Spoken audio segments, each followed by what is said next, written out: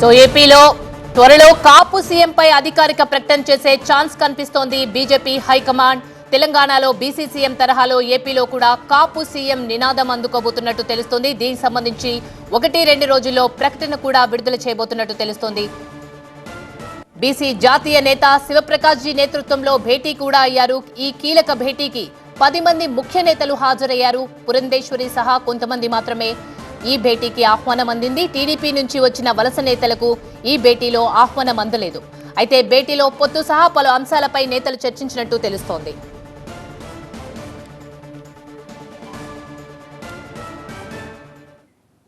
ఇదే అంశానికి సంబంధించి మరింత సమాచారాన్ని మా అసోసియేట్ ఎడిటర్ మహాత్మా అందిస్తారు.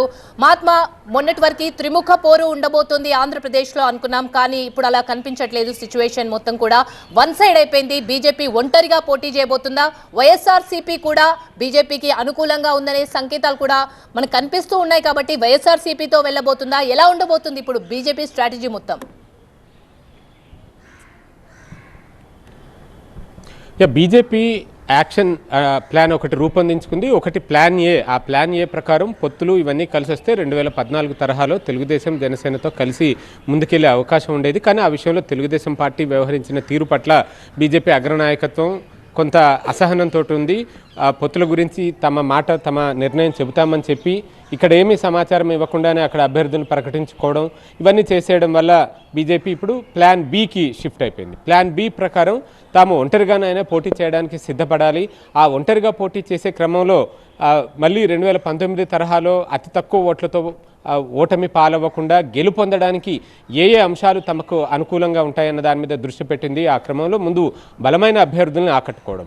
ఈ రెండు పార్టీల నుంచి వైఎస్ఆర్ కాంగ్రెస్ పార్టీలో టికెట్లు ఆశించి దక్కించుకోలేకపోయినా బలమైన నేతలున్నా, టీడీపీ జనసేన ఈ రెండిటి పొత్తుల కారణంగా టికెట్లు కోల్పోతున్న బలమైన నేతలున్నా వారిని ఆకట్టుకోవాలి, బీజేపీలో చేర్చుకోవాలి, వారికి టికెట్లు ఇచ్చి అక్కడ బీజేపీ తమ సత్తా చాటే ప్రయత్నం చేయాలి అన్న ఒక ప్లాన్ ఉంది. దీనికి తోడు రాజ్యాధికారం. తెలుగు రాష్ట్రంలో ఈ రెండు పార్టీలు ఒక కులం ఒక సామాజిక వర్గానికి, అంటే ఒక సామాజిక వర్గానికి ఒక కుటుంబానికే పరిమితమైన పరిస్థితులు కనిపిస్తున్నాయి. తెలుగుదేశం పార్టీలో చూస్తే కమ్మ సామాజిక వర్గందే ఆధిపత్యం అని ఒక అభిప్రాయం జనరలైజ్డ్గా మనకు కనిపిస్తూనే ఉంటుంది. అక్కడ అత్యున్నత పదవి, ముఖ్యమంత్రి పదవి ఆ సామాజిక వర్గాన్ని దాటి బయటకు వచ్చే అవకాశం లేదు. వైఎస్ఆర్సీపీలో రెడ్లదే ఆధిపత్యం, జగన్మోహన్ రెడ్డి కుటుంబాన్ని దాటి ఆ పదవి బయటకు వచ్చే అవకాశం లేదు. ఈ పరిస్థితుల్లో రాజ్యాధికారం కోరుకుంటున్న మరొక బలమైన సామాజిక వర్గం కాపులు. ఏపీలో కాపులు రాజ్యాధికారం కోసం చేస్తున్న ప్రయత్నాల్లో భాగంగానే జనసేన వెంట నడిచే ప్రయత్నం చేశారు. కానీ ఆ జనసేనాని ఇప్పుడు మళ్ళీ టీడీపీతో జత కట్టి ముఖ్యమంత్రి పదవి మీద కూడా అంటే సీఎం సీట్ షేరింగ్ విషయంలోనే ఎటువంటి క్లారిటీ ఇవ్వకపోవడంతో కాపుల్లో ఉన్న అసంతృప్తిని దృష్టిలో పెట్టుకుని బీజేపీ వ్యూహాత్మకంగా పావులు కదుపుతున్నట్టుగా మనకు అర్థమవుతోంది. తెలంగాణలో ఎలాగైతే బీసీ సీఎం నినాదాన్ని ఇచ్చారో అక్కడ కాపులకు ముఖ్యమంత్రి పదవి అంటూ ప్రకటించే అవకాశం ఉన్నట్టుగా తెలుస్తోంది. ఒకవేళ అది ఫలిస్తుందా లేదా అన్నది కూడా ఎదురు చూడాలి. ఎందుకంటే ఒక సామాజిక వర్గానికి సీఎం సీట్ అన్నప్పుడు మిగతా సామాజిక వర్గాలు కలిసి వస్తాయా లేదా అన్న దాన్ని కూడా బేరీజు వేసుకుంటారు. తెలంగాణలో ఆ ప్రయోగం సఫలం కాలేకపోయింది కాబట్టి అది అధికారికంగా ప్రకటించకపోయినా కాపుల్ని బీజేపీ నమ్ముకుంది అన్నదైతే ఇక్కడ స్పష్టంగా అర్థమవుతుంది. కాపుల ఓటు బ్యాంకు చాలా పెద్దగా ఉంది కాబట్టి వారితో పాటు సాంప్రదాయంగా బీజేపీని, ప్రధాని నరేంద్ర మోదీని నాయకత్వాన్ని సమర్థించే ఇతర వర్గాలు అందరినీ కలుపుకుని అక్కడ ఒక ముక్కోనపు పోటీకి లేపాలి, తమ బలాన్ని చాటుకోవాలి, ఎన్ని స్థానాలు వీలైతే అన్నింటిలో గెలుచుకోవాలి, సొంత బలాన్ని పెంచుకోవాలి అన్న ఒక ఉద్దేశంతో బీజేపీ ఉన్నట్టుగా కనిపిస్తుంది. అందుకనే ఇప్పుడు ప్లాన్ బికి షిఫ్ట్ అయ్యి ఆ తరహా ప్రతి వ్యూహాల్ని సిద్ధం చేస్తున్నట్టుగా మనకు కనిపిస్తుంది. ఆపరేషన్ ఆకాష్లో భాగంగా కాపుని సీఎం చేస్తామని చెప్పేసి కూడా వాళ్ళు సంకేతాలు ఇస్తున్నారు. ఇది డిసైడ్ అయిపోయినట్టు తెలుస్తోంది. బీజేపీ ప్లాన్ ఏంటి?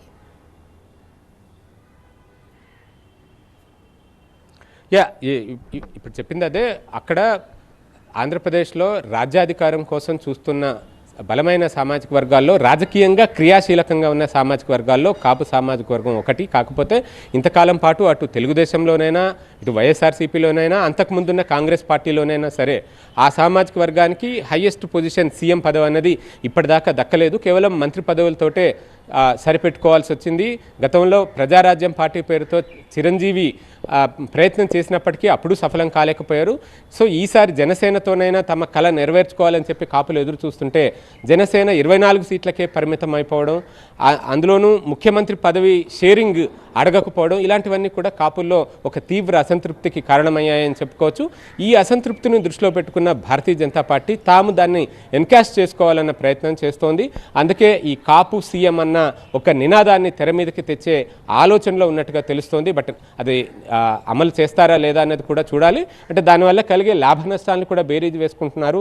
సొంత బలం గతంలో చూస్తే నోటాతోటి పోటీ పడ్డ పరిస్థితే ఉండింది. కానీ ఈసారి తమ సత్తా చాటుకోవాలి, కనీసం కాపుల సంఖ్యాబలం ఎక్కువగా ఉన్న నియోజకవర్గాల్లోనైనా వారి మద్దతుతోటి పాటు బీజేపీని అభిమానించే ఇతర వర్గాలు, మోదీ నాయకత్వాన్ని సమర్థించే ఇతర వర్గాలు, వీరందరినీ క్రోడీకరించుకొని తమ సత్తా చాటాలన్న ప్రయత్నంలో బీజేపీ నేతలు, బీజేపీ అగ్రనాయకత్వం ఉన్నట్టుగా తెలుస్తోంది. ఆ దిశగానే ఇప్పుడు ఈ ప్రయత్నాలు అడుగులన్నీ కూడా పడుతున్నాయి. మొదటి నుంచి బీజేపీ నాయకులు కానీ ఇటు జనసేన నాయకులు కానీ మాకు బీజేపీతో పొత్తు ఉంది అని చెప్పేసి వీళ్ళు చెప్పడం, జనసేన నాయకులు కూడా అదే చెప్పడం, బీజేపీ వాళ్ళు కూడా జనసేనతో మాకు పొత్తు ఉందని చాలాసార్లు చాలా సందర్భాల్లో చెప్పారు. మరి ఈ నేపథ్యంలో, ఈ పరిణామాల నేపథ్యంలో పవన్తో బీజేపీ సంబంధం ఏ విధంగా ఉండబోతుందంటారు? ఇదే ఇప్పుడు చాలా ఆసక్తికరంగా మారిందని చెప్పాలి. నిజానికి బీజేపీ మొదటి నుంచి జనసేన బీజేపీ కూటమి గత 4-5 సంవత్సరాల నుంచి కూడా తాము ఒక కూటమిగా ఉంటూ ముందుకెళ్తూ వచ్చారు. అప్పుడున్న ఉద్దేశం, అప్పుడున్న ఆలోచన కూడా అదే.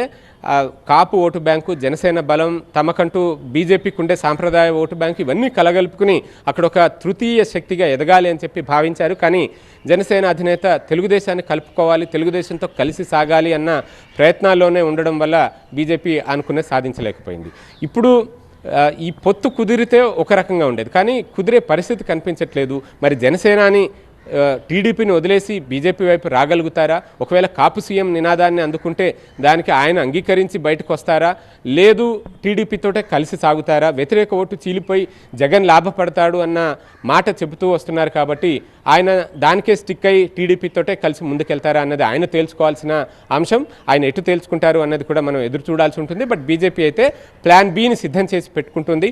ప్లాన్ ఏ అమలు కాని పక్షంలో, ప్లాన్ ఏ సక్సెస్ కాని పక్షంలో ప్లాన్ బి ద్వారా తమ సొంత బలాన్ని పెంచుకోవాలన్న ప్రయత్నం అయితే ఆ పార్టీ చేస్తోందని చెప్పొచ్చు. రైట్ మహాత్మా.